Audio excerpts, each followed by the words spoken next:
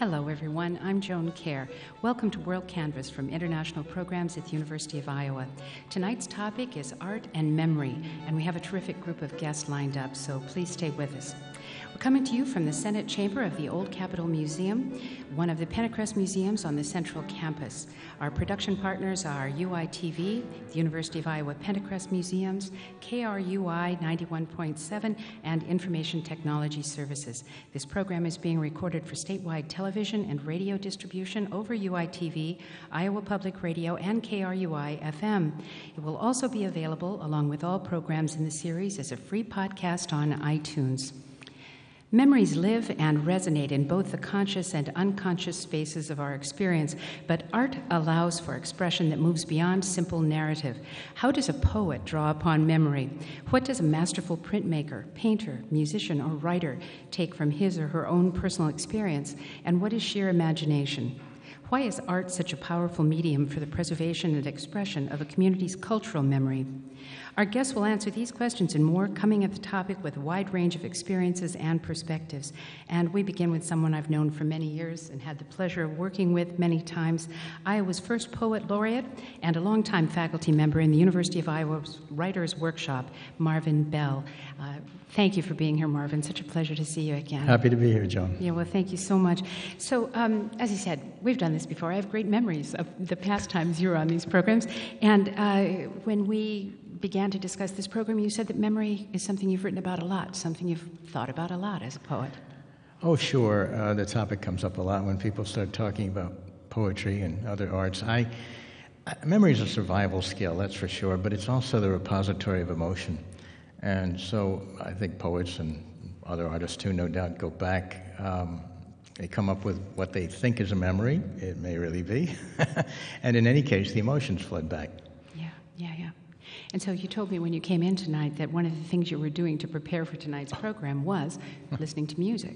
Oh, well, I couldn't resist. I went and listened to Clifford Brown, who was probably the greatest trumpeter player of his time, notwithstanding Miles. Clifford Brown, who died too young in an auto accident, playing with strings behind him and playing memories. Yeah. So let's talk a little bit about some of the work that you've written related to memory. Oh, sure. I brought three little things along. One is a poem called How He Grew Up that I wrote some time back. Well, I had it written down when it was, but now I've forgotten. I grew up in a small town on the south shore of eastern Long Island, and I always went for walks. I still do. And that's where this poem begins, and it begins with very simple details. But it wasn't called How He Grew Up. It was called How I Grew Up. And then I realized sometime after I'd written it that, oh no, that's somebody I used to know well. That's not me. So this is how he grew up. He found the corner of town where the last street bent, and outdoor lights went down a block or so and no more. In the long list of states and their products, there was bauxite, rope, fire engines, shoes, even a prison, but not one was famous for purposeless streets and late walks. Often he missed the truth of this while gone for a walk, with most lights out all over town, and no one told him when he returned the 10 things it was best to, or the dozen it was better not to.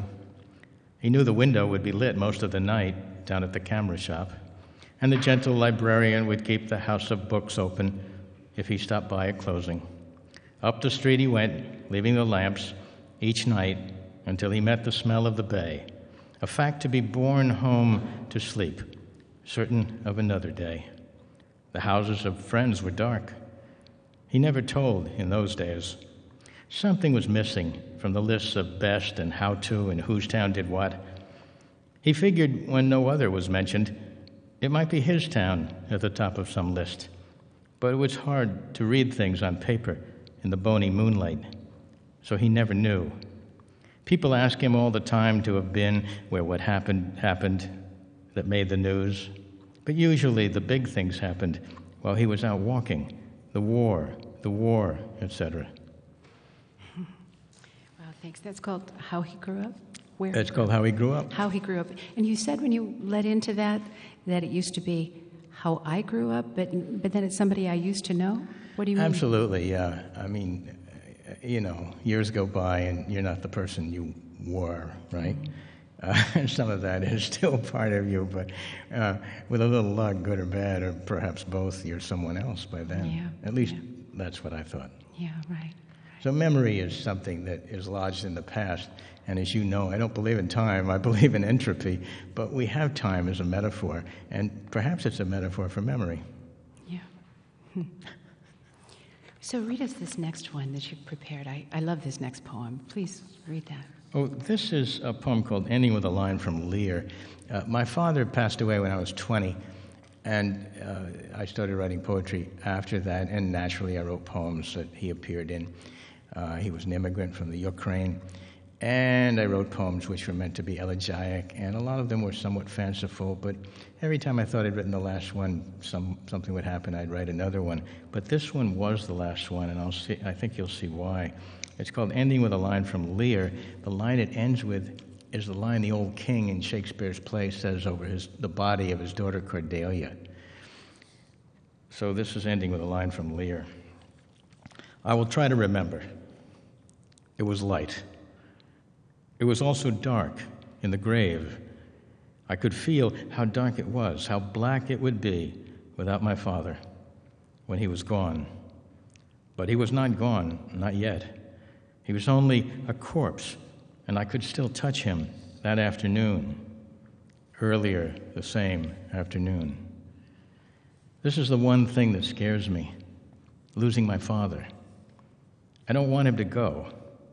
I'm a young man. I will never be older. I'm wearing a tie and a watch. The sky, gray, hangs over everything. Today, the sky has no curve to it and no end. He is deep into his mission. He has business to attend to. He wears a tie but no watch. I will skip a lot of what happens next.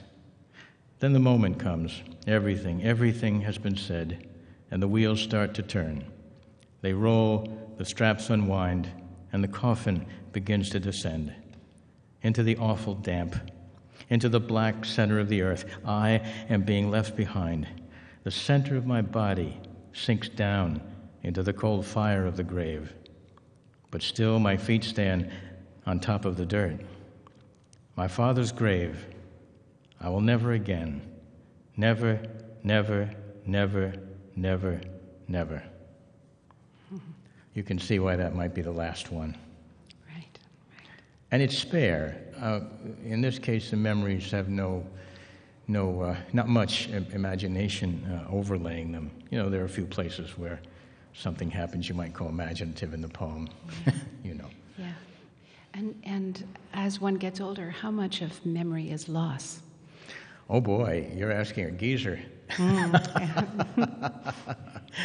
Probably a lot. I like to say that my wife Dorothy and I have one memory between us, and it's mostly hers. But things come back. It's amazing. You forget things and then they come back. It's all electrochemical. It's not a sign of your character or anything. I remember a lot. One tends to remember, I think what they say about getting older is that your short-term memory goes, but your long-term memory gets longer. And that may be true. Yeah. I don't know. Yeah. I can't remember. Well, so share the next one with us, please. Oh, yeah, I have one more I brought. This is called Gemwood. It's dedicated to Nathan and Jason, our sons. And here again, this wasn't the original title. When I first wrote it, I called it How We Think Back, which I guess has a direct reference to memory and time. The idea was, can I freely associate from any little thing? And you'll see what happened. It starts with an object called gemwood. It moves to a photocopy of a child's hand, and it moves from there to a summer in Vermont. It moves from there to the death of a pet, and then onward. So this is what was called How We Think Back, but now it's called gemwood. In the shops, they're showing gemwood, the buffed-up flakes of dye-fed pines, bright concentrics or bull's-eyes, wide-eyed on the rack of this newest joint effort of man and nature. But then those lifelines circling each target chip of gemwood look less like eyes, yours or mine, when we have watched a while. They're more like the whorls at the tips of our fingers, which no one can copy. Even on the photocopy Jason made of his upraised hands, palms down to the machine, they do not appear. His hands at 5 years old. Why did we want to copy them? And why does the gray yet clear print make me sad? That summer, the Mad River followed us through Vermont, a lusher state than our own. A thunderous matinee of late snows, and then the peak at Camel's Hump was bleached. As a yellow pear is to the sky, that was our feeling. We had with us a rat from the lab, no, a pet we'd named, a pure friend who changed our minds. When it rained near the whole of the summer, in that cabin, Nathan made her a social creature. She was all our diversion and brave. That's why, when she died, in the heat of our car, one accidental day we didn't intend, it hurt her master first and most, being his first loss like that. And the rest of our family felt bad, even to tears, for a heart that small. We buried her by the road in the Adirondack Mountains and kept our way to Iowa. Now it seems to me the heart must enlarge to hold the losses we have ahead of us. I hold to a certain sadness the way others search for joy, though I like joy. Home, sunlight cleared the air, and all the greens of consequence. Still, when it ends, we won't remember that it ended. If parents must receive the sobbing, that is nothing when put next to the last crucial fact of who is doing the crying. I think now memory comes into my poems in a much more obscure way, if you will. My poems are still full of memories, but you don't know that they are. You don't know if I have invented them or they're out of my life. Mm-hmm. There's a lot of biography in the poems, but you can't tell it's biography. Mm-hmm. But in these days, you might assume it was. Yeah. Does that make sense? It does, absolutely. Yeah. Well, gosh, I can't thank you enough for starting off our program in such an impactful way. Thank you very much. Oh, you're very welcome. Marvin Bell, please say thank you.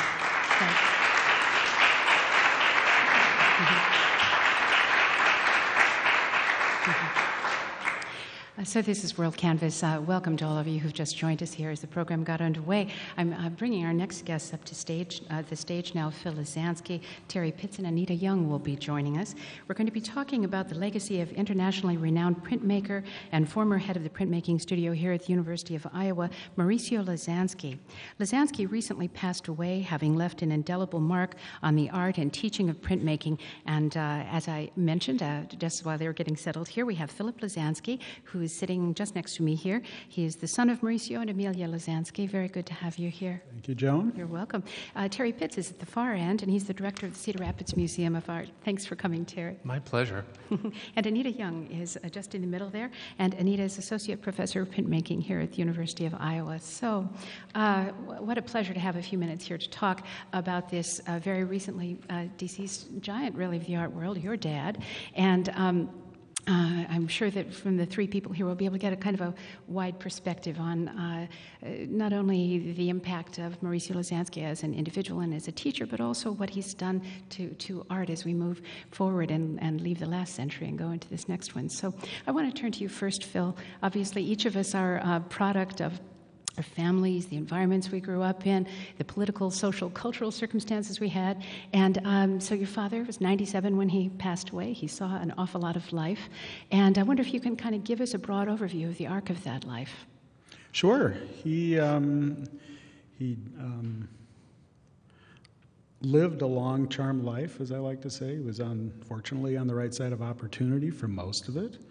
And so he did things the way he wanted to do. He was able to do that because of those circumstances. And, he did it all the way to the end. And he lived his life, as did Mom, the way they wanted to. And, they were fortunate to live long lives and pass on without too much difficulty, as they say. As you mentioned before, Dad was originally from Argentina. And emigrated to this country in 1943 on a Guggenheim Fellowship to New York City to study the print collection at the Metropolitan Museum of Art. At the same time, it was during the war, and many of the expatriate European artists were in New York at the time. One of the few was Picasso, who didn't leave the continent. And these people all they were painters and sculptors for the most part. They weren't really graphic artists or printmakers. But what had happened was that there was a printmaker named William Hayter who was from England and had an atelier in England and then in France. And during the war, he brought his atelier over to the New School for Social Research, hooked into that in New York City. And so all these expatriate painters and sculptors and what have you came and congregated at his studio because it was difficult to get material during the war, and it was difficult to get spaces and things like that to work in their studios. So they all congregated and worked on prints. And these were the giants of that era. I mean, they're from Calder to Miro to Chagall to Roberto Mata, and the list goes on. And Dad was one of the young guys, and his contemporaries were Jackson Pollock and Robert Motherwell and Mark Rothko and William de Kooning and people like that were more his contemporaries. They were all about the same age. And so that was a rather productive couple years there. Yeah. Then when the war was over, in the intervening year, he actually got another Guggenheim and brought my oldest brother and oldest sister, who's here in the audience somewhere, up to the United States. And at the end of that second year, he pretty much didn't want to go back to Argentina. I mean, his family was up here, his possessions were there, but his family was here, and that's all that was important. And he was offered 3 jobs. One was at the University of Chicago, one was at the University of New Mexico, and the University of Iowa. Grant Wood had recently passed away, and he was the head of the graphics department. He was a painter, obviously, but he was the head of the graphics department. And so it was that job had opened up. Essentially, Dad was offered that job, and without going into too long a story, by the time he accepted it, the money line had been withdrawn because it was taking so long for them to fill the position, and he went back to his 2 mentors in New York, one of whom was the director of the Metropolitan Museum of Art, and the other was the director of the relatively newly formed John Simon Guggenheim Foundation. And these 2 men were pretty responsible for Dad coming up in the first place, and they had kind of become his mentors, as I said. And he didn't know what to do, so he went to these fellows and said, look, I want to stay, and these are my 3 possibilities. What do I do? And, he'd already learned to speak some English at that point, obviously. And they said, well, Mauricio, you've seen the Scarface movie, so you know what Chicago is like. New Mexico, there are going to be a lot of Spanish speakers there. Yeah. And you'll feel very comfortable and very at home, and as will your family. And they looked at, the Iowa offer, and they said, now that's America. And he said, well, then that's where I want to take my family. Uh-huh. And that's, in essence, why I came. So he accepted it. The money line was pulled. He went back and told these fellows the money line had been pulled. And they're like, well, who's the president of the University of Iowa? And it was, at the time, it was Hancher.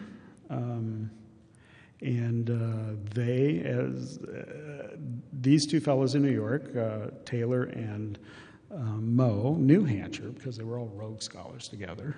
And so Mo ended up calling him and asked what had happened, and Virgil Hancher explained it to him, and Mo said, well, look, this is with what you're trying to do with the art schools, in universities. That was a new era, and I was one of the first to have an art school within a university as opposed to just an art institute. This is somebody you shouldn't pass up. This guy's going to do something, we believe. He said, well, the money isn't there anymore. And Mo said, well, look, we'll give him another Guggenheim or a 3rd Guggenheim for his first year's salary. And the condition was, Mo said, you have to give him 2 additional years. And after that, it's up to him to make it or not. Yeah. Well, within 2.5, 3 years, he was already tenured and a full professor and all that kind of stuff. Mm-hmm. The other funny part of this story is when he finally did get here, there was no housing left because the GIs were coming back. There was only one house, essentially, it may have been a Quonset hut, left, and they gave that to the brand new football coach.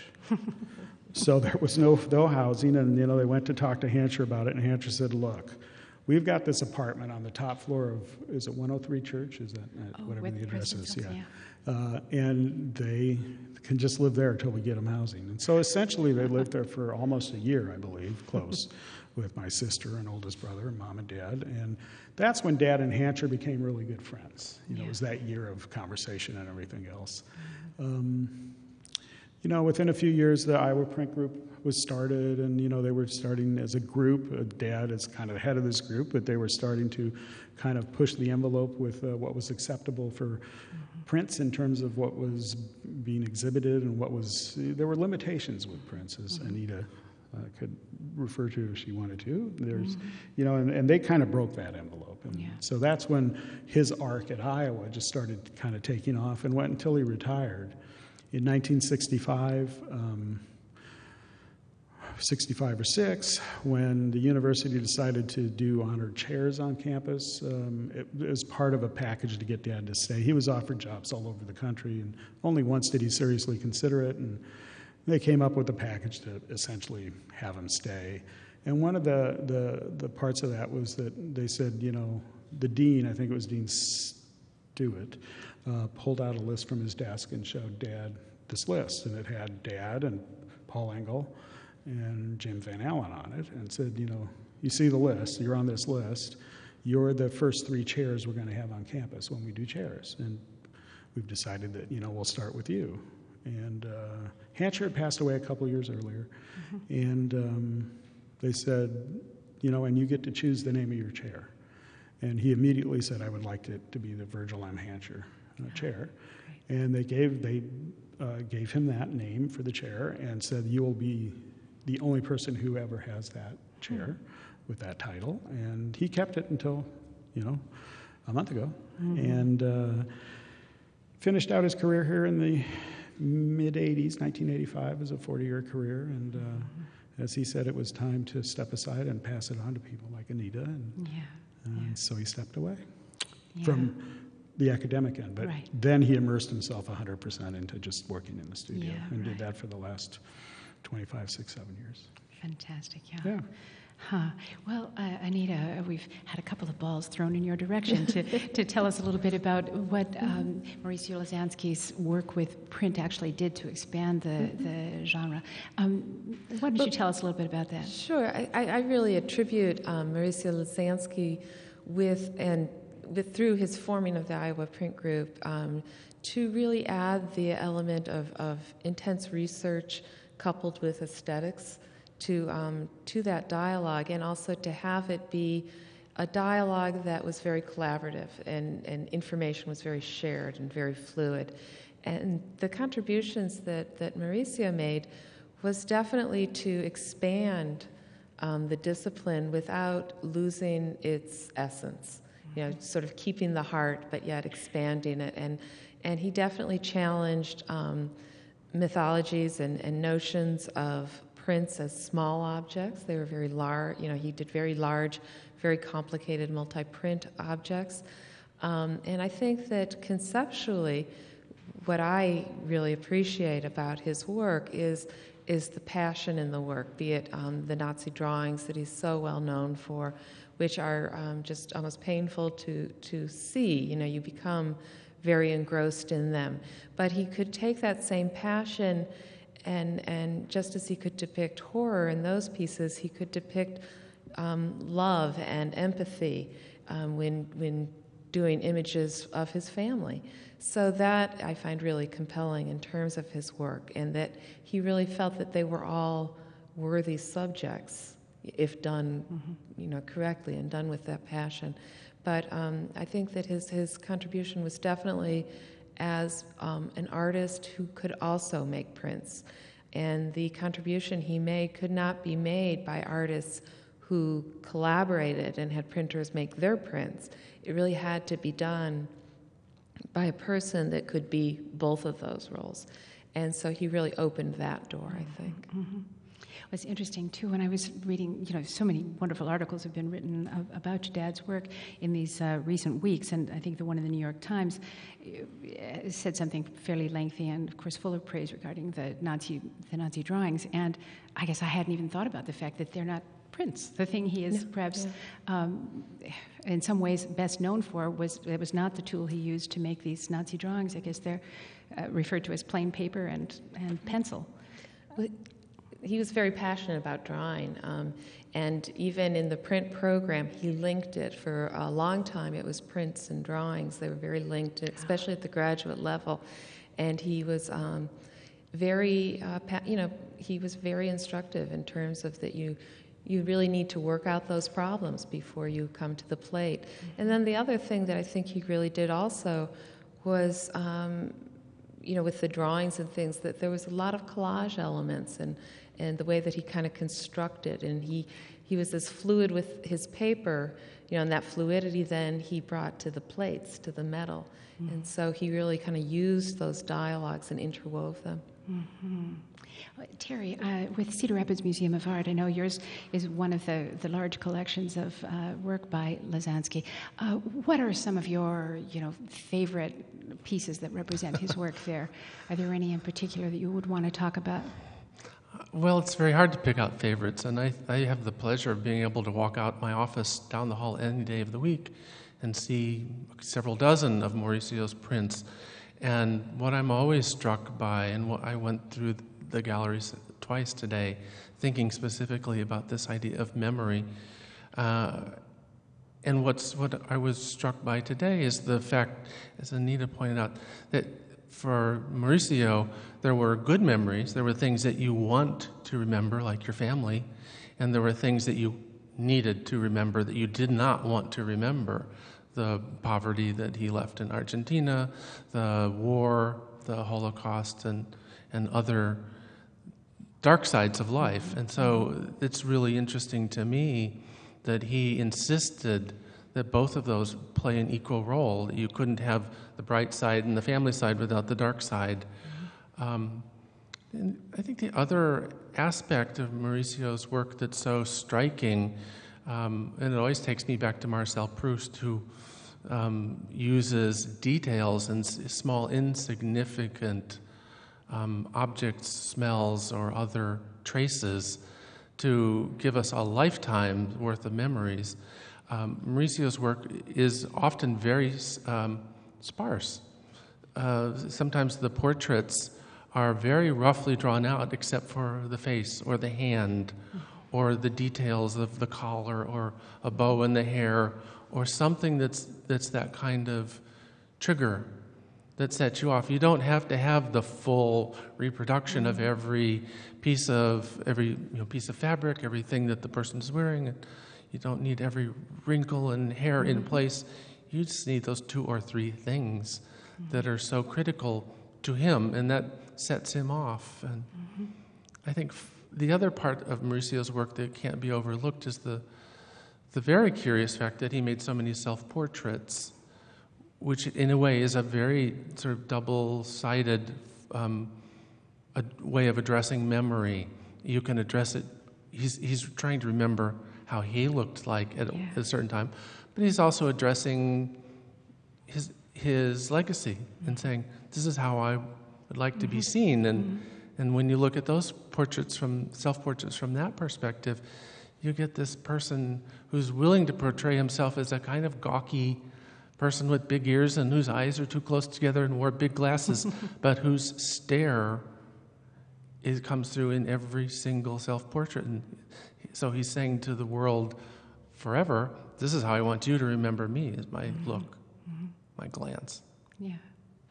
Well, to me, as a non-artist, but somebody who's had the chance to see some of the more famous pieces that hang around this region, I was so interested in this comment you made about not needing to see every detail of the fold of a skirt or whatever in order to see what you need to see. Because when I look at some of those, the portrait of the woman in the red dress with the black hat, her stance, everything about that picture to me seems like it should be Velázquez or Goya or something. And yet it's clearly from a different era. The representation's quite different, but it feels to me as though there's real continuity there through time. Yeah. What more can we say about your father's legacy here in these last couple of minutes? His legacy is what it is. I mean, it's, his work's in Cedar Rapids, it's in Iowa City, it's all over the world, and that's really his legacy is, his mark. Yeah. And as Terry and Anita said, the mark comes in many different forms and shapes and sizes, but that's his legacy, it's his art. So at the end, did he feel like an Iowan? Oh, yeah. Yeah? Yeah? Sure, yeah. Yeah, that's good. In the summer, he felt like he was from Maine, but during the year, it was Iowa. Yeah. Well, thanks so much. I'm glad we had a chance to talk a little bit. It's a fine opportunity for us to get together and remember some of his work and him. So thank you, Phil Lasansky and Anita Jung and Terry Pitts. Thanks so much. Appreciate it. Thank you.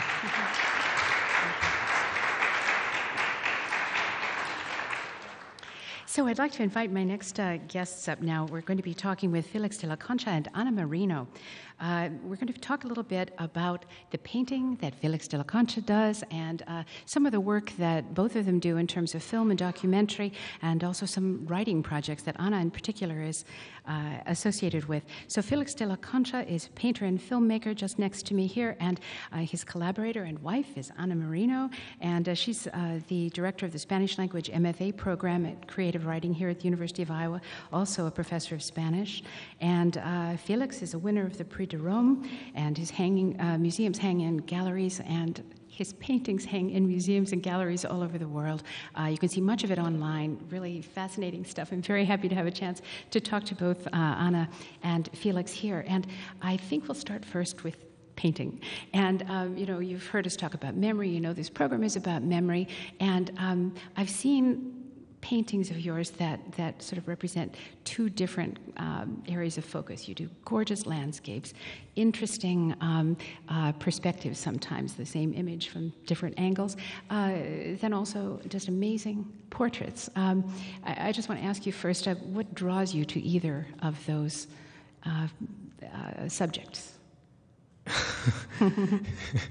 That's a very complicated question. Well, thank you, John, for inviting me here. And I just was, I don't know why, thinking in something that Terry Pitts just said about Lasansky, that, I'm so sorry also, and my condolences to the family.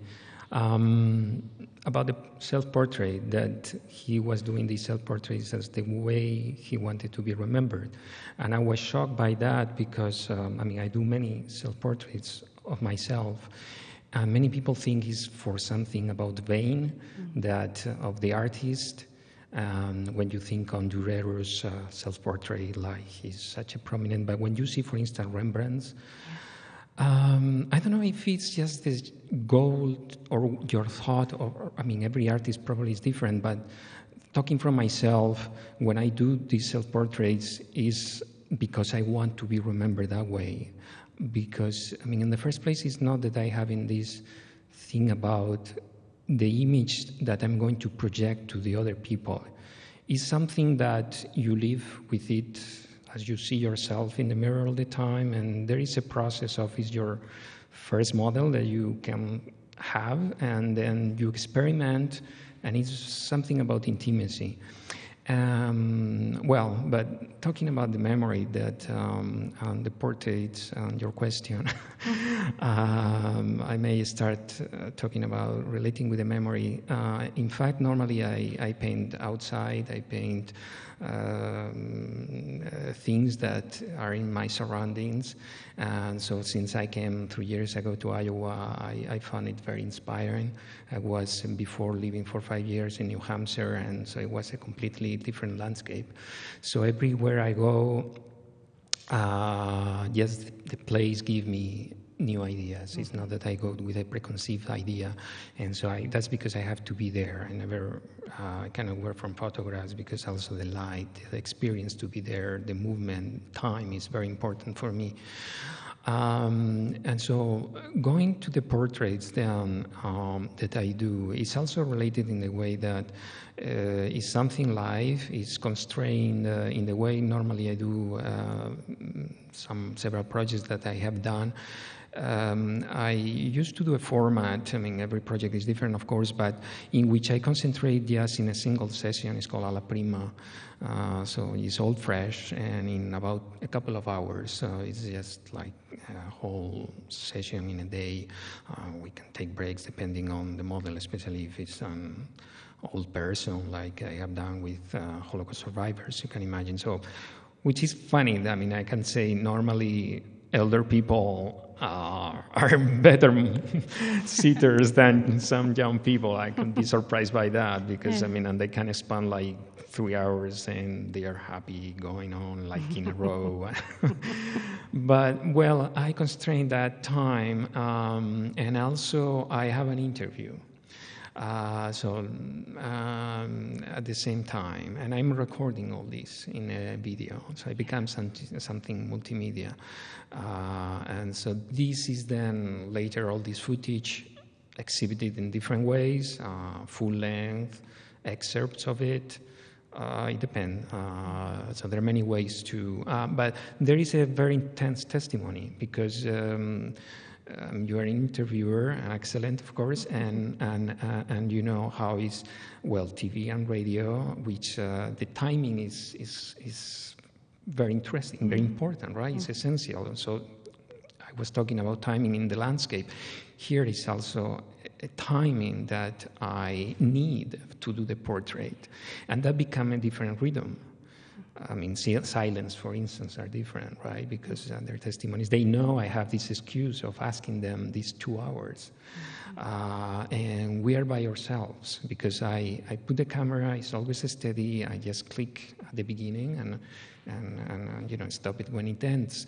And usually the frame is just half of the screen. You can see the sitter and the other half the canvas itself, since it's a blank canvas.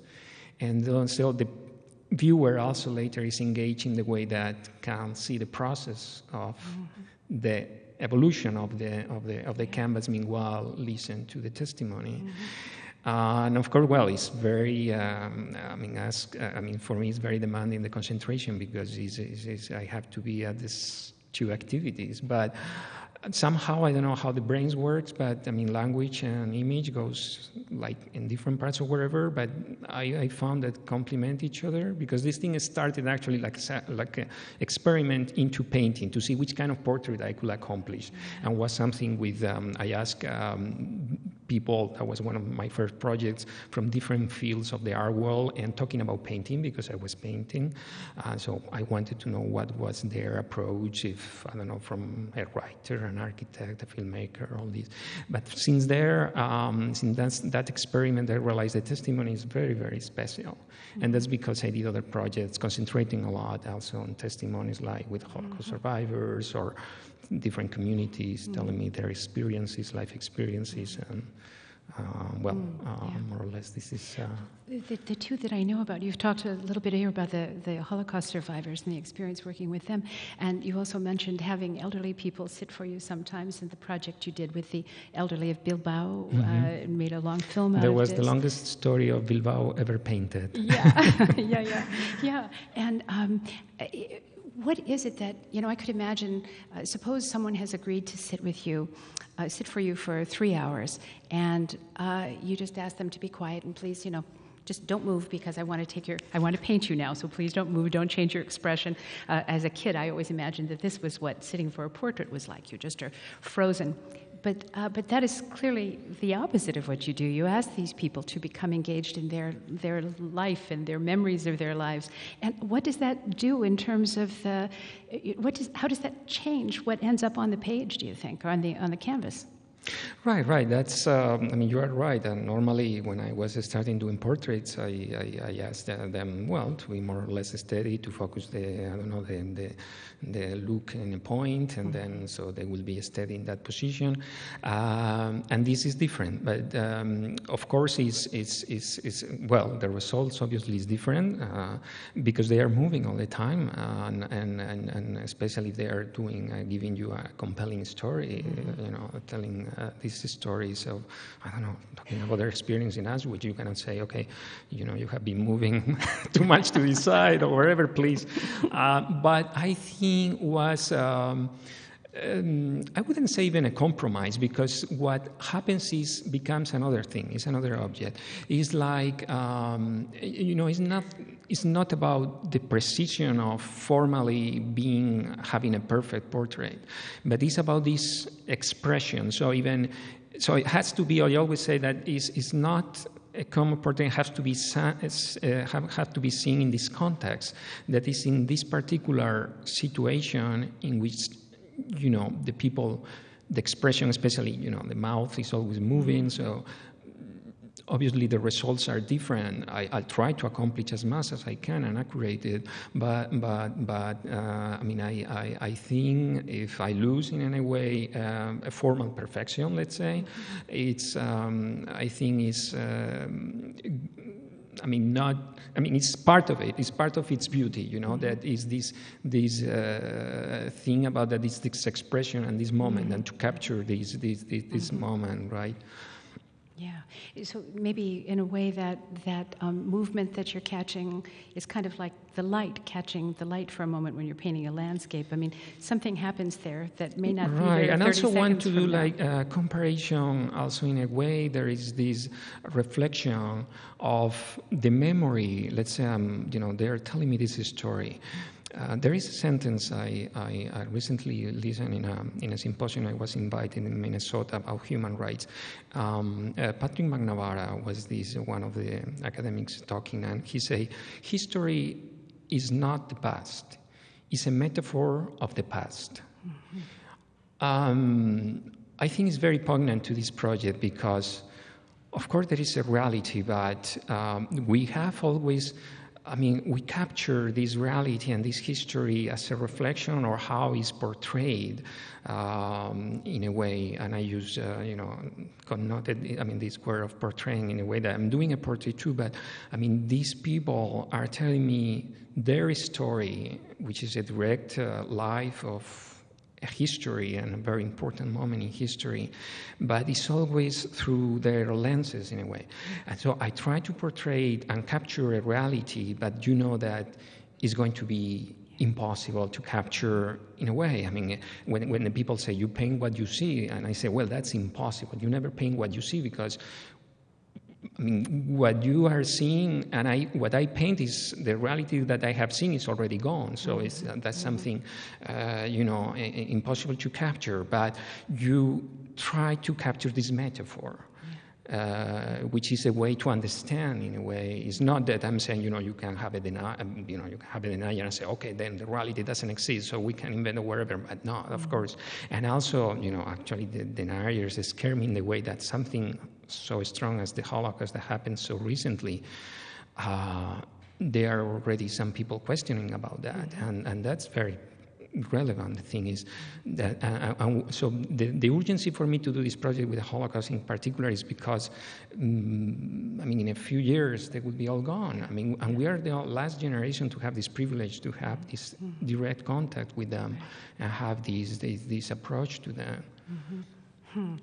Well, thank you, Felix. Ana, let me turn to you a little bit. You've worked on the film projects with your husband. Well, I was the producer of La Historia Más Larga de Bilbao, Jamás Pintada, yes. Yeah. It was a very fascinating experience because Felix gets these amazing ideas and you have to follow, and you have to help and you have to get involved. And with La Historia de Bilbao, we really did a really great research locating the eldest people of the city of Bilbao and getting involved with them and doing that project was a very fascinating experience for me, helping him. But he is very capable of doing everything. It's amazing because even all the filming part, he learned on his own. He's self-taught how to do everything. Meanwhile, I take all this training to how to manage a simple computer. I'm still having to sign for new training for a new system. In the other hand, Felix has this talent to suddenly envision an idea, relate with people, connect with communities, and jump into that, and it's amazing. Yeah. Well, speaking about connecting with communities, and you teach here on campus, you teach many different kinds of students, I'm sure, but you also work with various communities outside of Iowa City, some of the people in West Liberty who are newer residents in Iowa, for example. Tell us a little bit about how memory plays into the work you see coming back to you as a teacher. Yeah, I think it's in the creative side. I think one of the stimulating things that you do and you develop is the way we articulate memory and how vindicate our identity, ourselves through memory. And when you work with different communities, different groups where they have an experience, a new experience, a diasporic experience, and they are experimenting Iowa and living Iowa, it's very interesting how you can trick different sensations and play with their feelings about past, present, past, and all these different, perspectives. And it's true that I use a lot of memory on the creative writing experience. I believe in diaries. I am a true believer in diaries. All my life I've been developing workshops and classes. I've been using the diary because I've been a very strong fan of the diary experience. That means diaries on my workshops, when I do long-term workshops or classes where they can experience the short memory of everyday life and the reflection on everyday life, and to keep that. And that is a very interesting element. And it's interesting because Felix used the concept of diary also in his painting, and I realized that also connection, but with the students, it's very fascinating, the texture of communicating with their family and how their family will articulate their perspective. And this non-fiction dimension is very inspiring. And at the same time, as we've been seeing, is in the poetry dimension is also a fundamental element. And you are also a poet in your own writing. You grew up in Spain, you've lived in many places. How much do you think memory is part of what you do as a creative artist?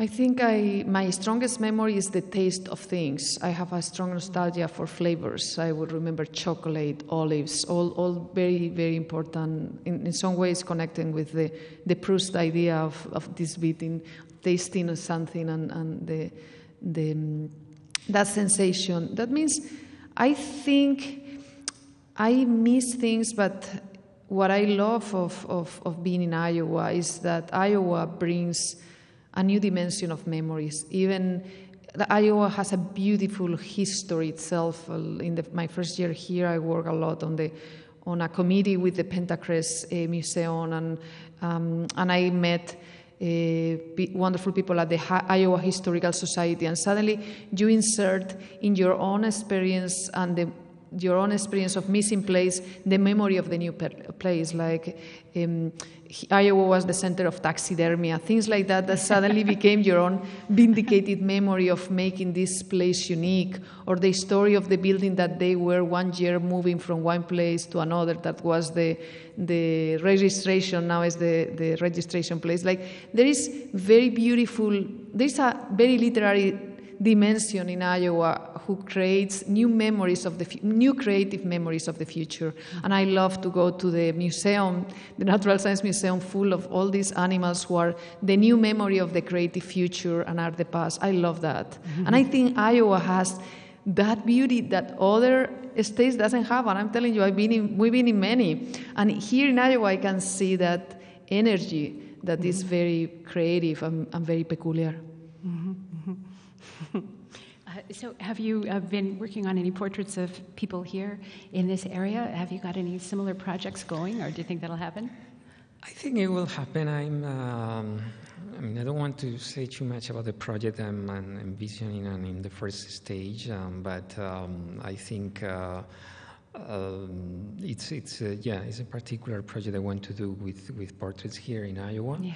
already probably next year, because I'll be in Switzerland for the rest of the year practically for another project. But hopefully we will see it in the future. Well, and I want to tell everybody here, if you have a chance, go to just put Felix de la Concha's name in a search engine, and you'll find wonderful YouTube videos where, in fast form, you can see paintings being created, and you can find lots of his images online. It's really such fun to see, and very lucky to have you here in our area, both of you. Ana, Felix, thank you so much. Appreciate it. Thank you. Thank you. Good night.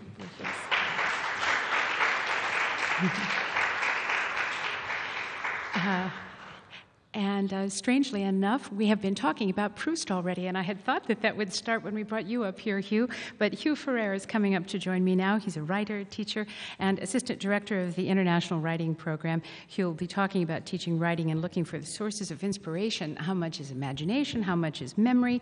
We also do want to talk a little bit about Music IC, or Music Iowa City, which is going to happen this summer, and that's where this Proust connection comes in. So welcome, Hugh. Thanks for having me. It's nice to be around so many friends and colleagues. No, great. Thank you for doing this. And so we have had a little exchange prior to this program, and as a writer yourself, and you teach writers and aspiring writers, memory comes into play here, huh?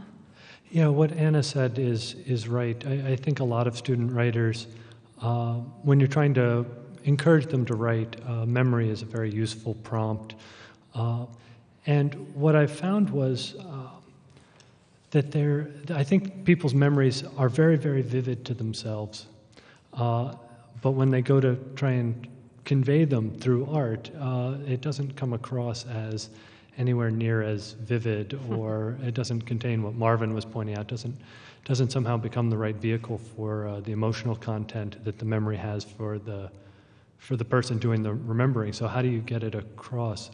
And as we were talking about this, I realized that the turning point for me was actually in this room in 2001 when, during the Truman Capote Prize ceremony that year, they gave the award to Elaine Scarry for her book Dreaming by the Book, which is very much about how the literary imagination works and how certain kinds of language, certain details are more vivid and more easily taken up by a reader, and they're better instructions for a reader to make an image.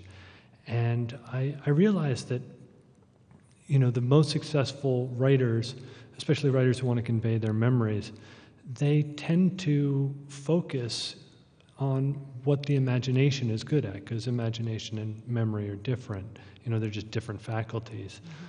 I know faculties is this very 19th century word that, Damasio would not have me using. But basically, we don't remember what the writer remembers. We only remember what the writer gives us in language. And so somebody like Proust, he does focus on things, whether or not they're real memories, whether he's making some of them up, whether he's embellishing them, adorning them, whatever. I mean, part of what he's doing, though, is he tends to really focus on elements that are easy for the imagination. And to the extent that they're easy for the imagination to use, it's easier for that, as in the Marvin Bell poem, for the I to become the he, or for the he to become the I, so that somebody else's memories somehow sneak and become your own, Yeah. And, this connection with food is so interesting, what Ana had said and what you mentioned here, and with Proust and the little Madeleine and whatnot.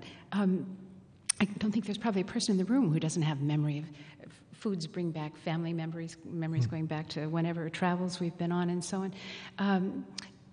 So when you're trying to get students, I know that you sometimes work with people in the summer writing workshop and give workshops and so on. Is there any caution about going to memory first? Are there things you sort of think you maybe need to warn people about in terms of drawing upon their own memories?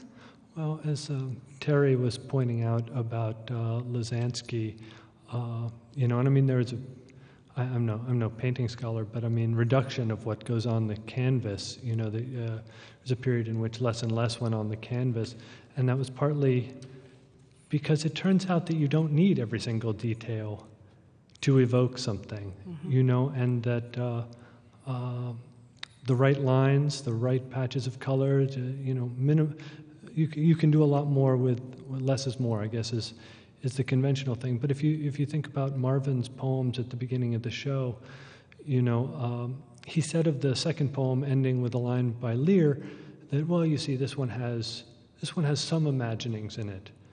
And part of what he meant by that was, there was the wheels of the caisson, there was the straps on the around the casket, there was a bit of work done with the space of the grave.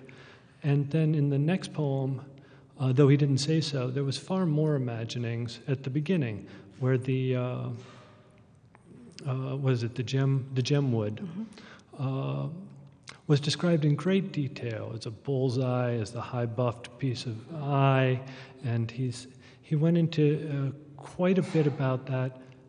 And then when the pet gets introduced, there's less imagining as the thing goes on. And as he's talking more about feeling and loss, he's doing less with having us actually try and picture something, and more about trying to have us feel something. So even as you're reading the poem, there's less for you to hang on to, so that in fact you kind of lose something as the poem goes on. So on some level, formally, you've also experienced loss. So how it doesn't take a lot of memory comes back, and obviously you can tell about your aunt's history and where the carpet came from, and when the building went up that blocked the view in that window, and why your mother cuts the corner off the rump roast and all this, and you don't but maybe as Marvin said, what the feeling you're trying to evoke may not require more than a little precise things, and to what extent are you composing a set of imaginings and feelings for the reader, and orchestrating. You're trying to orchestrate a certain set of things that happens in the mind. You're trying to cast a certain kind of spell, or induce a certain kind of a sequence of things. You're seeing something, then you're not seeing something. You're listening to voices, and then maybe you're seeing something again, and then maybe you're just being told about feelings, and then those are all parts of moving a reader along. And it doesn't require. You can do a little of this and a little of that and a little of that, and move somebody along quite well. Well, and as a writer, how do you feel if you encounter somebody who remembers a lot about a story you've written, but almost no detail? They remember how they felt when they read it, or the reaction they had to it, but remembering a sequence of events and so on may not be with them. But they might say, "Oh, I loved that story." Well, what did you love about it? Well, I don't know, but I just loved it. Is that frustrating to a writer, or is that good? Well, I think, there's several possible reactions to that. One is that, I think for a long time I didn't use my imagination when I was reading. Part of the thing about listening to Elaine Scarry present her ideas and then going and reading her book and reflecting upon it for a long time was that, literature in the 20th century has been in the shadow of visual culture. And before photography and film, the great novels were some of the great movies of the day, and it was the writers and poets had a great facility with making images for the reader. The reader would use it to generate a whole set of scenarios and would picture, I think, a lot more what they're reading. One of the effects of modernism, not inescapable, was to focus a lot more on language. And so you listen, maybe you listen, or you just focus on the language or the voice, but you don't necessarily go to the trouble of making the images in your head. I think I end up having a very good memory for a lot of what I read now, in part because I went to the trouble to visualize it. And I have friends who don't, and who are always surprised when I call out a detail. It's like, well, you don't remember the way the sun hit the car in that scene? And they're like, no, I don't know what you're talking about. So, Well, one of the things we wanted to mention this evening was that this Music Iowa City event is going to happen again this summer. It's the second year for this, and it's a series of concerts. I think 3 nights this year. And I think there's like 5. I think it starts June 10th with an event. I think at the Natural History Museum maybe on the Sunday afternoon with a family event. And then there's going to be a couple of events on Tuesday and Wednesday, the 12th and 13th, one in the evening, one in the morning, about Tricia Park, the violinist Tricia Park from Notre Dame, who's going to be playing with the chamber ensemble that's going to be the musical force behind the festival. And we're going to have a conversation with performance where we're going to try and talk about the music in Proust. I mean, Judy Hertig, if you're listening to this, you're responsible for that idea. But the Proust, there's a lot of, the French will analyze Proust for another 400 years, and we may do the same, but there's the way music appears in remembrance of things past, how it serves as a kind of Madeleine or an olive or a piece of chocolate, which is to say that it leads right into a certain kind of intuition about the past and a certain kind of sense of the self. There's that part of music in Proust, and then there's also larger structural Wagnerian dimensions to the way Proust was trying to compose. And one of the things we'll be dealing with is he invented a piece of music called Vinteuil's Sonata, and this sonata appears throughout, especially in Swann's Way. And what's weird is he calls out all these other pieces of art and music throughout the book, but Vinteuil's Sonata is made up, and so one of the questions is, why? Especially when everybody knows it's the Violin Concerto by Saint-Saëns, and he's even written to a friend that this is what it is, so why didn't you call it that? Yeah. Anyway, so the musicians will be playing some of the excerpts of that, and we'll be discussing how music and Proust work together. Yeah. And I think one of the things we discussed in our email exchange was that the theme is something like the language of music and the music of language.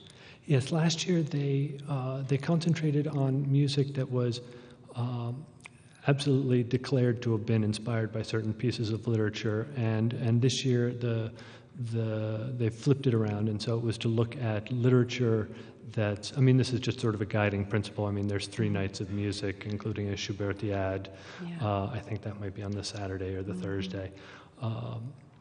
To look at literature that took music for structure, and I don't know whether the plan is to go back and forth each year, but it's a nice week of chamber music. Yeah. And so, in your own personal writing, just getting back to this idea of memory, how much of you're a young man still. Bless your heart.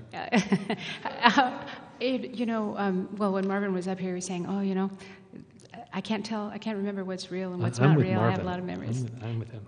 Yeah? Yeah, really? I have a fraternal twin brother, and I kept my memories in him growing up. Yes, he has our childhood, and he does. I don't remember any. I have a very, very good short-term memory, and a very inaccessible long-term memory. And I get worried when people say, if you want to be a novelist, you got to have a good memory. But I wonder if a family member, say a wife in your case, but you don't have to answer this as though it comes from your own family experience, but how much of one's own life does a novelist really want to throw out there for the rest of the world to read? The writer Ron Carlson, of his first book, I think it was his first novel, said you throw in everything. And I think that when you're starting out as a writer, I think you need models in every direction. I think you're stealing from the classics. I think you're trying to engage in dialogues with maybe the contemporary political situation. But yeah, you're stealing. I think you've got to steal from everywhere, because a novel is a capacious thing, and it takes a lot of things to fill it up. So memories. For students, I'm very much in favor of taking memories and combining them with make-believe stuff. I don't know that it's always useful, at least in fiction, to try and really capture exactly what happened, because just as Felix was saying about the impossibility of painting what you see. What's real about your memories? I mean, there's a lot of science now that says each time you remember something, you change it a little bit before you put it back in memory. And so the idea that you're somehow in touch with some objective past, science is sort of saying that may not be true. Actually, Proust was of the same mind. Right. Well, thanks, Hugh, for coming to talk with us tonight. Hugh Ferrer, thanks. Thank you. This is WorldCanvass, a production of international programs at the University of Iowa, and we invite you to watch the rebroadcast of this program on UITV or listen on Iowa Public Radio or KRUI-FM.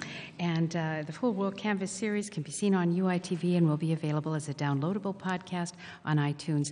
This, by the way, is the last live program of the season, but we invite you to join us next September 21st here in this room for a program on Napoleon's legacy. So please join us for that. Joshua Russell, who's right next to me just now, received his Doctor of Musical Arts degree from the University of Iowa in 2009. Widely recognized as an expert on the piano music of Haiti, he's twice performed for the Haitian Embassy in Washington, D.C., and recently edited and performed a long-lost Haitian piano concerto. He's taught at the Holy Trinity Summer Music Camp for Haitian youth in Port-au-Prince and is a member of the piano faculty at Illinois State University. So welcome, Joshua. Thank you. Good to be back in Iowa City this evening. Thank you. Absolutely, and great to have you again on one of these programs. Thank you. It's wonderful. So Haiti's music school was all but destroyed in the recent earthquake. That's right. Yeah. The Holy Trinity School is really kind of the primary music school in Haiti. It's in Port-au-Prince. It was an Episcopal church school that was started in 1927. And then in 1963, the head nun, Sister Anne Marie Bickerstaff, decided that Haiti needed an orchestra. And so she began this orchestra program there that has grown to have several orchestras, a choir, a choral program, a band program as part of the school. It's really kind of the primary musical training school in the country. There have been in recent years a couple of other schools that have sort of been modeled after that. They've seen what a successful program that it has been in terms of the students learning these lessons, going on to be professional musicians, taking the life lessons that they learn as musicians and applying it to other disciplines. And then these people have gone on to be successful professionals in various fields and then perpetuate this school. It's really a great way to help the students in the country. Yeah, absolutely. But then this terrible devastation. That's right. In January of 2010, of course, the earthquake with this widespread devastation across the country completely destroyed the school building there, along with about 300 instruments that were housed there. Which was really, really very tragic. But it's been amazing to see the way that the spirit of the people has come through in this, and many of the people associated with the school have worked together, banded together to try and help this. A number of us started a plan of collecting instruments, and as of, I think it was last summer, had collected about 450 of the 300 instruments lost. So in many ways, they've ended up in a better situation that way, and have been kind of trying to turn attention to the rebuilding of the school itself. It was interesting when we first started collecting instruments. We had a lot of questions about why in the midst of all of these great humanitarian needs are you collecting musical instruments? And I would always respond with a quote that the nun that started the music school said. She always said, "We must remember to feed the soul as well as the body." And I think it's really, really very important to have that. The music is such an important part of the lives. It's been a great way through the years for them since then to remember the way things were, to try to regain those things that were lost, and look to the future. The music is so closely tied to their memory as well as identity. And do you know, in terms of the students who attend the school, we all know that the poverty level in Haiti is really, crushing. Who goes to this school? Are they from all over? Really from all over. A wide range of backgrounds in the students that are there. Really very wide range. And like I say, it's such a bright spot in the country. It's a way for so many of them to be able to rise through the poverty and to have this glimmer of hope. Yeah. So how did you get interested in Haiti and the music of Haiti? Sure. I had when I was an undergraduate, I had a choir director who had spent a lot of time in Haiti. Had lived there for about 4 years in the early 70s, and had returned almost every year since, to direct the summer music camp. And so I went along with him and was the conductor of the Petit Chanteur Haitian Boys Choir, and was also essentially the piano faculty for this summer camp. And just really fell in love with the country and the people, in the midst of this incredible abject poverty. But the spirit, especially of the kids, was just incredibly inspiring. They were so grateful and excited about everything that we were doing for them. It was really, really very inspiring to see that. Yeah. And I know you're going to play some music of a Haitian composer tonight. Tell us about this composer. Sure. Ludovic Lamotte is one of the best known of the Haitian sort of classical art music composers. He lived from 1882 to 1953. And there are a number of different facets to his music. He loved the music of Chopin, so much so that it really influenced his style of writing. So in it, you'll oftentimes hear these beautiful melodies that are reminiscent of Chopin, infused with Latin American dance rhythms, these kind of merengue, tango rhythms, things like that, as well as aspects of the African roots of Haiti, some of the voodoo drumming and folk songs like that. And, people are never quite sure when I say I'm going somewhere and I'm going to play Haitian piano music. They're not quite sure what to expect.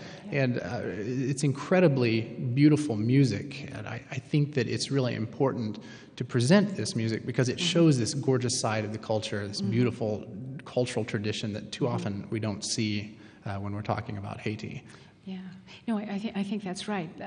Other kinds of visual art and so on. Since the earthquake, I think there's been a little more attention paid to Haiti. Obviously, most of the concentrated effort has been on the recovery or the health problems, or some of the really most tragic sides of that. Right.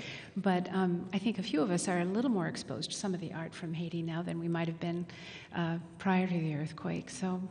Right. We take advantage of it tonight when we have a chance to hear some of this music. Well, thank you. The music really, I think, reflects their culture, what they remember about it, the identity of them. In terms of the pieces that I'm going to play here in a little bit, 3 short pieces. The first one is this concert waltz, and it's very much like sort of this beautiful kind of waltz, European romantic waltz. The second one is one of the Lamotte's danzas, this habanera. And it's just this beautiful piece, and reminds me of one of the sayings that the director of the school in Haiti has. He always says, in Haiti, we dance when we're happy, and we dance when we're sad. So you can hear this melancholic tone to it, but underneath there's always this dance rhythm going on, this kind of duality. And the final piece, the dragonfly, it's just, to me, it depicts this dragonfly flying around, but really, to me, depicts the incredible spirit that you see as you get to know the people in the country a little bit. Wonderful. Well, I want to let everybody know that in addition to what you're going to play for us now, you're going to come back at the end of the program and finish up our show with some more music. So I'm happy about that. And Joshua Russell, we'll let you go to the piano. Thank you. Thank you.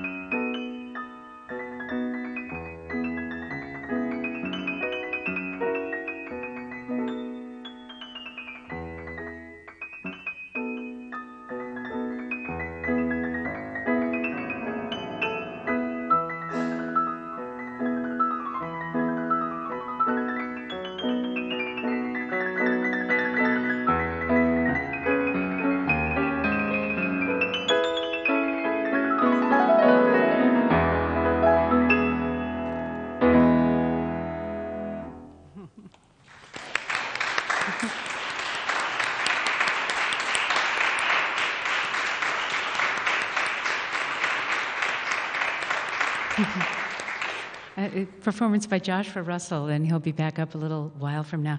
I want to also let you know that at joshuarussellpianist.com you can find some of Joshua's CDs, and in fact, a large part of the proceeds from the CDs go to support the music school in Haiti. So thank you for this, Joshua, and for coming over from Illinois.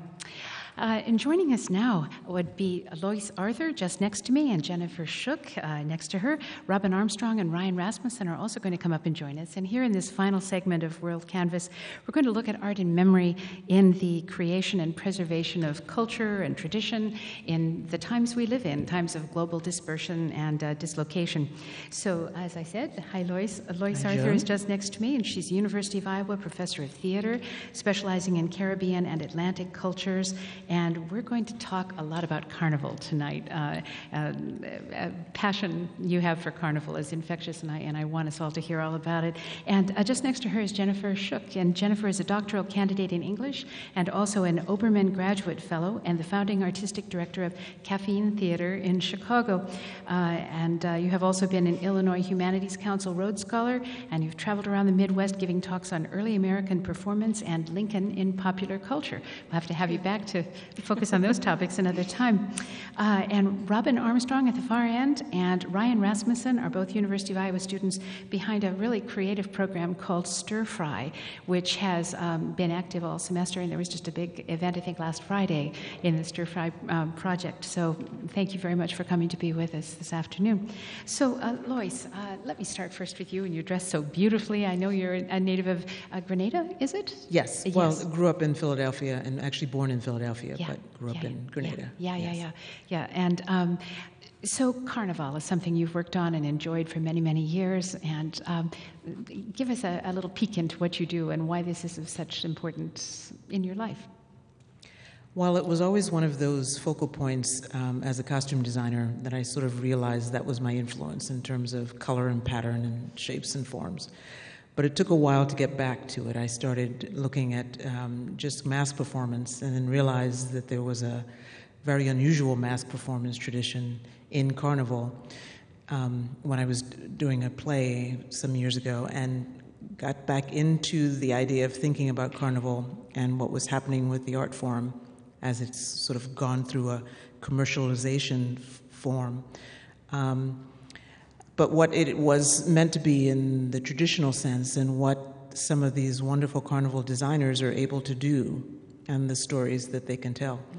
So I spent some time thinking about bringing carnival designers to Iowa, and then I said, well, and for myself going to different carnivals, and then I just thought Iowa City should have a carnival parade. So it might not seem like a natural progression, but basically it was why not? Why not have it here, use that as a way to tell stories. And so we're focusing on the parade for June 2013. Yeah. And starting this June 5th through 8th with a workshop that we want people in the community and the university to take part in. And build it the way carnival parades are built around the world, which is it takes a year to do it, to think of the ideas, to translate those ideas into three-dimensional forms that can be 15 feet, 50 feet tall, depending on what part of the country you're in or the world you're in. So bring some of that energy and that wonderful storytelling to Iowa, but tell Iowa stories, because Carnival is so much a part of a community event that it should be telling these Iowa stories in these large shapes and forms. So that's the basic idea. It's going to be so exciting. But for anybody out there who's not really very familiar with the Carnival tradition, they may see a 30-second clip on the evening news once a year in, I don't know, February. But for people who haven't ever experienced it or don't really know what the ideas are that sort of create the Carnival atmosphere and the long-standing tradition, can you fill us in on that part of it? Well, particularly the Carnival that I'm focusing on is Caribbean Carnival that you now find in Grenada, where I grew up. In Trinidad has one of the largest carnivals in Caribbean. In Rio de Janeiro, in Brazil, And then there have been Caribbean people that have spread around the world and taken it to New York City, the Brooklyn Labor Day Parade, to Toronto, the Caravana, to Rotterdam. There's a Dutch Caribbean parade that happens there, also in Amsterdam. So all over the world is this kind of style of parade. And one of the things about it is that in the Caribbean and Brazil, it is Afro-Caribbean, Afro-Brazilian.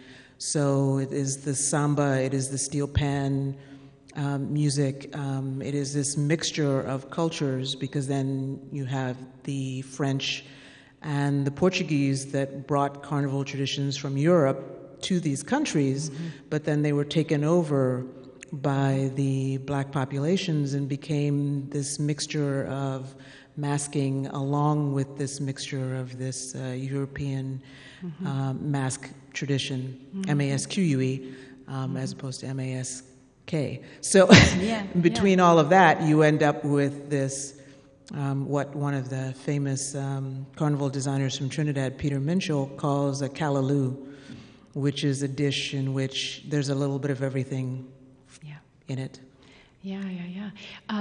So for Iowans who are going to work on telling Iowa stories in the Carnival Parade next year, what are some of the ideas that you have in mind? What do you think might happen with this? I mean, do you have some image of what this might look like? I know it'll grow out of a long process, but you've been thinking about this. Well, one of it is to suggest Iowa visual representations, symbolic representations beyond the cliche. So all too often we hear Iowa corn, Iowa cows, but some of the things I think that Ana and Felix were talking about, some of the other guests have been talking about, that there are so many flavors and differences and very complex cultures and people and stories that are here, to tell some of those visual representations would be great. I was, I guess it was last year this time, no, it was during the fall, I went to Muscatine to the Button Museum. And I just found that a wonderful experience to, first of all, to learn about this, that Iowa used to be the center for pearl buttons, that there used to be all of these mollusks and clams in the Mississippi River. But it was that kind of idea about this little sort of corner of story and the beautiful visual of those pearlescent buttons, and have that connected to kind of the water in the Mississippi. The way that sunlight glints off of the water is the same way, perhaps, that sunlight glints off of these pearl buttons, or there's that light in those pearl buttons. So is there a way to do something around that represents this part of Iowa culture at the same time as you can come up with a really wonderful visual representation, but it still sort of suggests Iowa. So I'm anxious to work with artists to kind of come up with ideas about this, to put artists together with Iowans to sort of say, for the Iowans to say, this is my story, this is the background, whether it's Norwegian or Swedish or German or Meskwaki or whatever it might be, African American as well as Mexican American, all of those, and then see what kind of colors and shapes and forms come out of that, and then have them be part of the parade. Right. And you're going to be working with area school teachers and classrooms, aren't you, during next year? Yes. One of the things is to bring this into the classrooms, to use the Caribbean and the Brazilian carnival as a framework to say, this is how it's done, but then to say, jump off and let's do this other kind with this focus on Iowa. Yeah, wow. Well, fantastic. So it'll be exciting, so to see what everyone comes up with. Yeah, absolutely. Well, let me just jump down to the other end of our lineup here and talk to you just a little bit, Robin, and also Ryan, about the Stir Fry project, because some of what Loyce is talking about here, sort of expression of culture, and even when you live in a very different place, somebody from the Caribbean living in Rotterdam, but sort of drawing on some of their memories and cultural traditions from home, blending them with whatever is new and what makes sense in the current life. Is any of that what you saw in the Stir Fry project? Well, absolutely. I think the whole kind of spirit of the project was getting at storytelling and getting at how those stories translate onto different forms of visual art, and stories can mold into anything, just like Loyce was saying with the Carnival project. And I think it was really interesting to kind of see that process, especially for Ryan and I, who were all very new at this, and it was a very experimental program for us.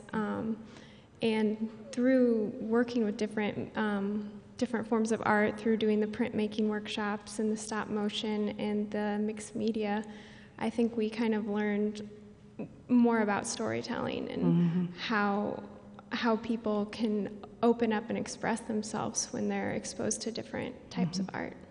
For those who haven't read about it or heard about it, let's talk a little bit about what the idea was behind Stir Fry.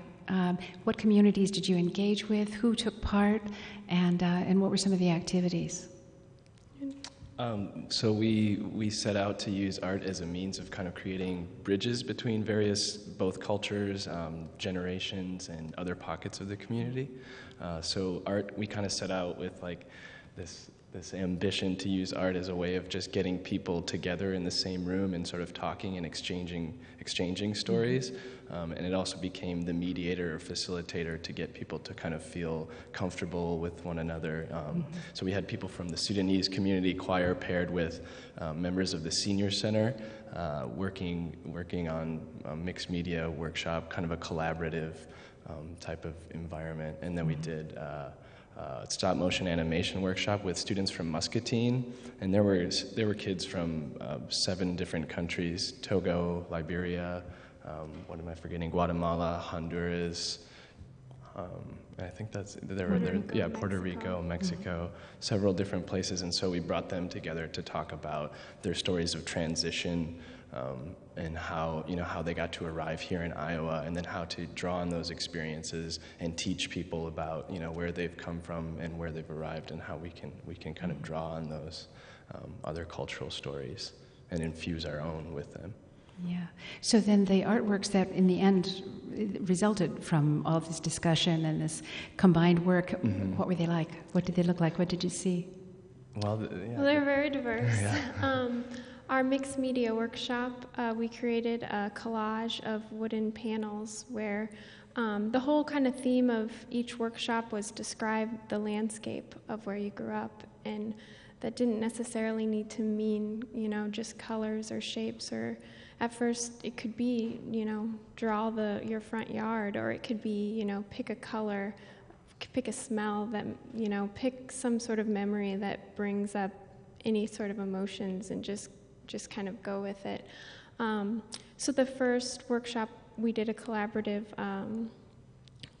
mixed media piece that, it's on display at the Senior Center right now. And the stop motion animation video turned out to be a kind of a map activity where we started with a map, and we kind of had each participant put their hand and display kind of a trail from their home country to Iowa, and then it evolved into just kind of scenery that they had put together, whether it was just some of the kids just cut out letters of the names of their country and then added images, and some of them created really beautiful collages with different colors that reminded them of their houses or the market or their church, and then some added pictures of their family. We had a girl who brought a beautiful picture of her grandmother in Liberia in front of a yellow house, and she created this great scene, and we all kind of added that into the video.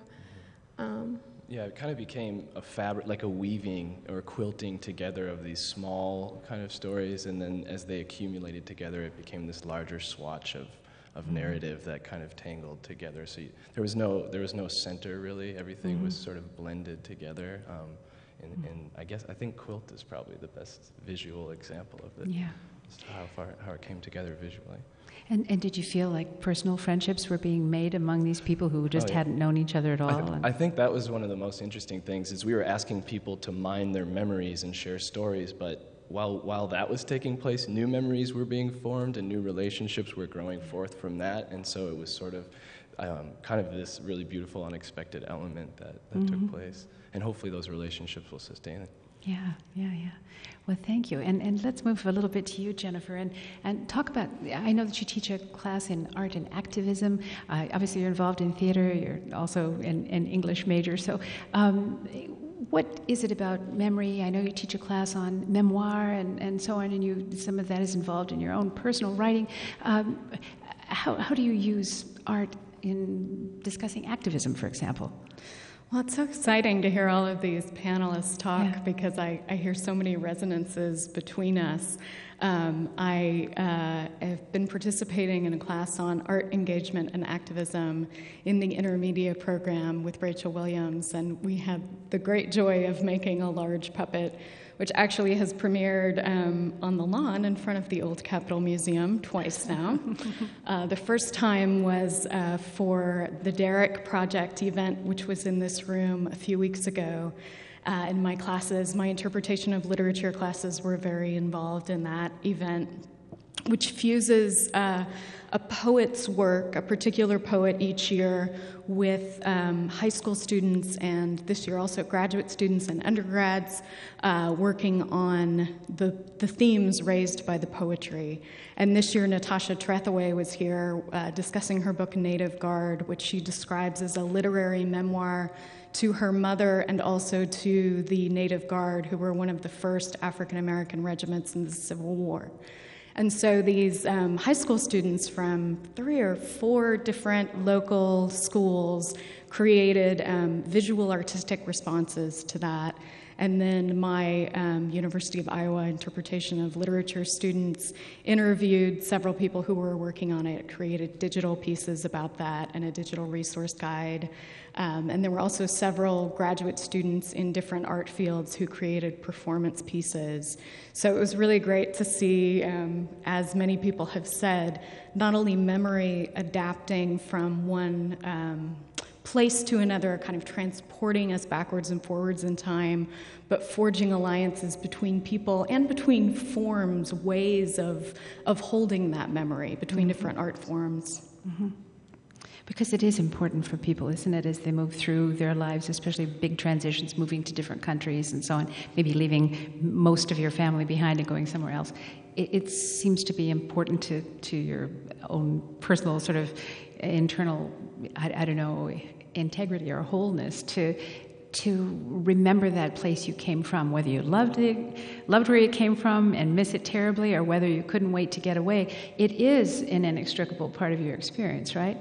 So with people you know who work on these really fantastical things, Carnival, have they talked to you at all about what connects to what in terms of their memory as they put a piece together or as they're beginning to formulate an idea for a project?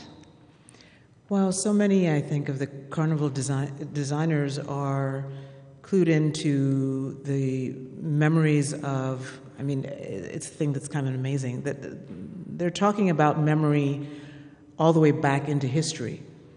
And so, you go to the Rio Carnival and you're seeing a reimagining of the indigenous people and what they have given to the culture. And so there's a remembrance of that. Also sort of keeping that memory alive, that this is where we come from. And at the same time, they're looking at an author or some kind of famous figure in history that they want to remember. So I think in particular for some people, being able to keep that memory of who they are alive is very important. And in Carnival, at a point where a lot of African slaves around the world were being denied their memories or their culture, this was a way of keeping it alive. So it became something that was very, very important. And for contemporary Carnival designers, I think there is a sense of responsibility of helping people remember that this is where the roots of Carnival lie in these kinds of situations. And then you get situations where you have immigrant populations in New York or in Toronto or in London, and they are more recent immigrants in the 1950s or 60s or something like that. But they then also are in the same position they're in a culture, but they want that sense of we are part of the culture now, but we are also part of this other culture. So they're always kind of remembering exactly how it all gets put together. Yeah. And so the other thing about the carnival is that the way that they sort of talk about the variety of the memory, so that in Trinidad you're looking at the memory of remembrances of Africans, but also East Indians and Chinese that came as indentured servants, and Europeans, and that whole mixture that goes into who they are, what their identity is. So I think memory and identity certainly have a lot to do with this process, and it gets put on the streets in Carnival. Yeah. When you're working on a theater piece, when you started up this theater group in Chicago, do you do original work? Do you write your own pieces, or yeah? We did some original work. Caffeine mines the poetic tradition to explore social questions. So we were very interested in having an activist community sensibility, but we were also very interested in regaining that connection between poetry and theater. And I think poetry is often something that daunts people when they come to it at first. So we wanted to see how we can help put it up on its feet, make it live, make it very engaged with life. So we produced many, we got a reputation over time for unearthing little-known, quote-unquote, unproducible gems.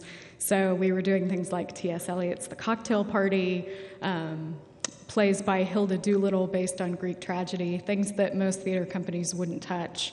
But we also did some original work based on adapting poetry, and one of the pieces that we worked on was Memory of a Son, which was an ode to Anna Akhmatova, a Russian poet who is very engaged in memory herself, and very famously under censorship in Russia and the Soviet Union, was a person that others would turn to say, can you tell this story? Can art address this? So back to that idea that people have mentioned earlier today, of there are things we want to remember and there are things we need to remember. I think one of the amazing things about art is that it is adaptable in a way that is, if we think of a memorial as a large stone neoclassical obelisk structure, that doesn't always speak to people's lived experiences, and as history fluxes over time and people adapt to changing conditions and communities mesh together, it doesn't just become about remembering something in a particular way, but it's also about making sure that that memory speaks to who we are and who we want to be and where we want to go. And the Native American theorist Gerald Visner has this term called survivance, which is a combination of survival and resistance, which is what I think about when I think of a lot of current artistic memorials. You said your work on Stir Fry was like a quilt, and I have been really excited to watch the lead up to the NAMES project, AIDS Memorial Quilt, is going to be in D.C. this summer for the first time since 1996, I think. I also work with the Digital Studio for Public Humanities, and they are working on developing a mobile web app that will help people map particular quilt locations. And that quilt, I think, is a great example, like Carnival, of something that's a very old form, but that has been used to memorialize particular people and particular stories, but it also builds community while it's doing that. It's very powerful. Yeah. And art allows for protest in a way that sometimes just, straight declarative sentences, you might be shut down if you're trying to protest just using straight language. But if you've got your protest inside a piece of art, it's very hard for people to nail that down and get you for it, isn't it? At least in this country, it seems to be. Yeah, absolutely. And there's also a large tradition of documentary in, particularly in poetry and theater, but in other forms as well, certainly, that has been able to capture voices that normally wouldn't be heard from the major announcements or the major, officially sponsored memorial kinds of things. So Muriel Rukeyser being a great example, but also Mark Nowak and Natasha Trethewey, who was just here, who are very engaged in remembering the lives of the little people, to use the cliche, and in really saying this too is worthy of art, and this is a way to remember the struggles of people before us, to give life to the struggles of people ahead. Mm-hmm, mm-hmm. Is there anything else you would like to say, Ryan, or, yeah? This was just making me think of something that's been really kind of present in our project, at least, and that's that art becomes this vehicle of bringing people together and kind of working against all of these other forces like politics or religion or things that seem to divide people into these multiple camps. Art is a way of remerging those things and valuing the individual as one part of a larger swatch. So I think that's a really beautiful thing that you were talking about. Yeah. Well, thank you. I'm so happy to have you all here. Robin Armstrong, Ryan Rasmussen, Jennifer Shook, and Loyce Arthur, thank you so much. Please give them a hand. Thank you. And we have the pleasure of hearing one more piece played here by Joshua Russell. Joshua, is there anything you want to say about this piece before we go to it? Sure. This is the Danza No. 3 by Lamotte, the same composer, and I think is probably the clearest example of this Chopin influence. And what you hear in the right hand throughout is this beautiful Chopin nocturne-like melody, in the left hand these dance rhythms, these dot dot dot dot dot kind of rhythms, and this throughout. So just a lovely piece by Lamotte. Wonderful. Well, while you get settled, I'm going to say our goodbyes here, and then we'll just end the program with your performance. Thanks, Joshua. So we'll hear Joshua Russell in just a second here, and we have come to the end of another WorldCanvass, so thank you so much for being with us. Please know that you can find this program on UITV and also on our iTunes podcast very shortly. WorldCanvass is a production of international programs at the University of Iowa, and our production partners are UITV, the UI Pentecost Museums, KRUI, and Information Technology Services. We will kick off the next season of WorldCanvass here in this room on Friday, September 21st at 5 o'clock in a program on Napoleon and his legacy. And I want to say thanks to my colleagues in international programs, Caitlin McBride, Amy Green, Connie Shea, and Christopher Clough, and to the technical team at UITV headed up by Mike McBride. So we go now to Joshua Russell for another piece. Thank you all for coming, and enjoy this summer.